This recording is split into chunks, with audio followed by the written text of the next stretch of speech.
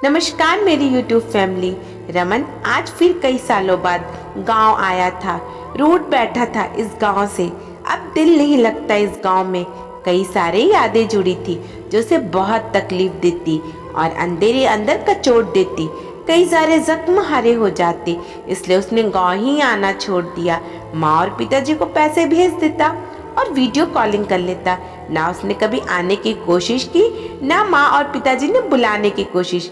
पर जब माँ बहुत ज्यादा बीमार हो गई और रोने लगी, आखिरी बार अपने जिगर के टुकड़े को देखने की इच्छा व्यक्त की, तो जिसे ना चाहते हुए भी रमन को आना पड़ा। माँ तो उसकी पूरी दुनिया थी। उनकी इच्छा कैसे ठुकराता।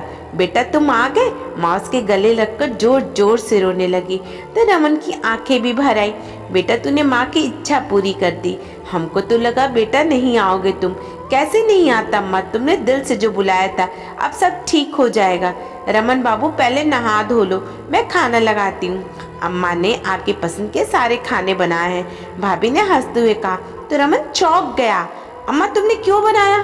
तुम्हारी तबीयत ठीक नहीं थी, फिर इतनी मेहनत क्यों? कैसे नहीं बनाती, इतने सालों के बाद तो मौका मिला है अपने बच्चे के लिए कुछ बनाने का। वो चुपचाप उठ गया। जब नहा कर आया तो भाभी खाना लगा चुकी थी। उसने खाने को गौर से देखा। माँ ने सारी खाने में उसी की पसंद के बनाए थे।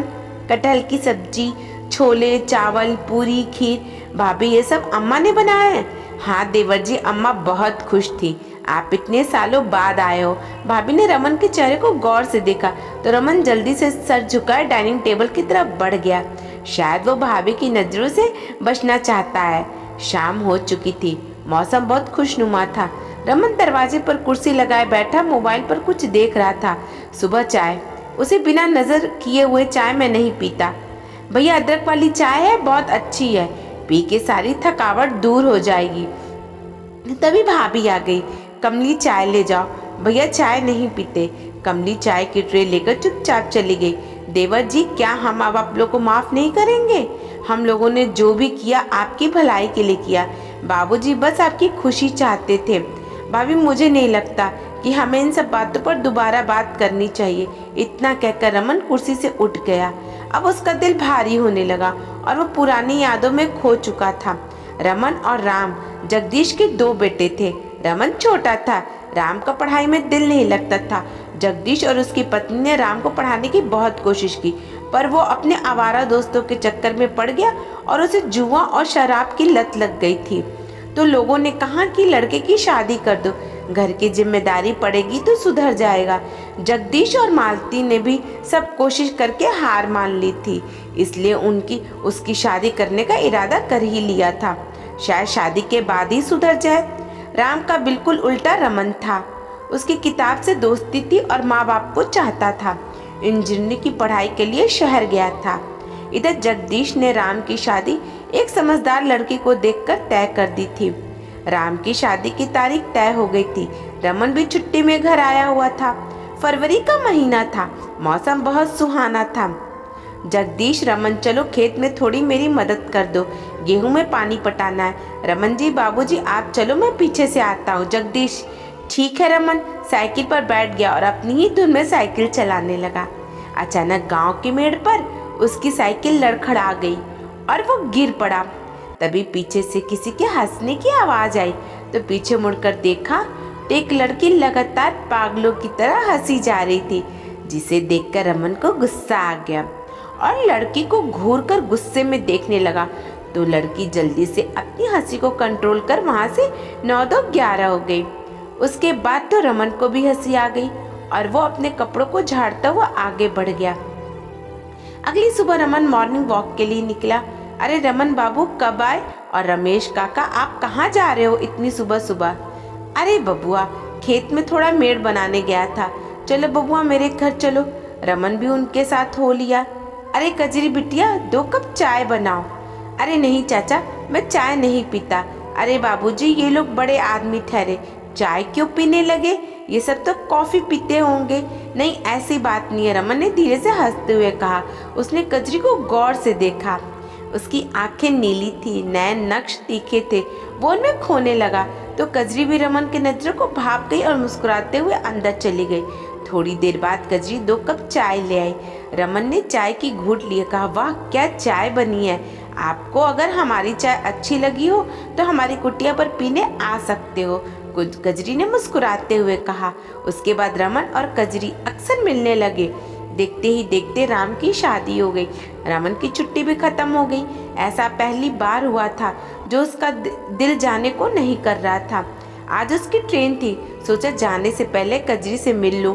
वो जैसे उसके घर गया, अरे इंजीनियर बाबूजी, जा रहे हो आप? जाके हमें भूल तो नहीं जाइएगा, वैसे भी मैं गांव की गंवार जो ठहरी, उसने हंसते हुए कहा।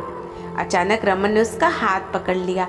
कजरी, मेरा इंतजार करना, मैं वापस आऊंगा, तुम्हारे बापू से तुम्हारा हाथ मांग लूंगा। कजरी की आंखों में आंसू आ गए। रमन ने इंजीनियरिंग क्लास कंप्लीट कर ली। उसे अच्छी कंपनी में जॉब भी मिल गई। वो बहुत खुश था। अब वो गांव जाएगा और कजरी का हाथ मांगेगा। रास्ता कजरी की यादों में कैसे कटा पता ही नहीं चला। अरे बेटा, बिना बताए सब ठीक है ना? हाँ अम्मा जी, मुझे नौकरी मिल गई है। क्या बात है देवर जी, तब तो आपके लिए छोकरी भी ढूंढनी होगी, भाभी ने हंसते हुए कहा। रमन और कजरी अगले दिन मिले।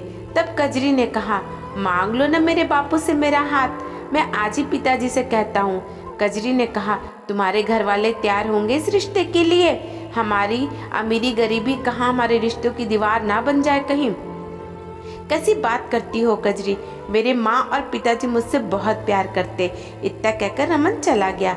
रमन और कजरी के रिश्ते की बात सुनते ही घर में तूफान आ गया। जगदीश ने तो पूरा घर ही सिर पर उठा लिया। उस 2 कौड़ी की लड़की की ये औकात जो मेरे घर की बहू बने, इसीलिए तुझे पढ़ाया ताकि वो उस गवार से शादी करके गांव में मेरी बदनामी कर सके। माँ का तो रो रो के बुरा हाल था। देखते ही देखते बात पूरी गांव में फैल गई और कजरी और उसके बाबूजी की बहुत बदनामी हुई। लोग तरह तरह की बातें करने लगे। देखने में तो इतनी भोली लगती है, पर मुर्गा मोटा फंसाया। रमेश को बहुत सदमा लगा।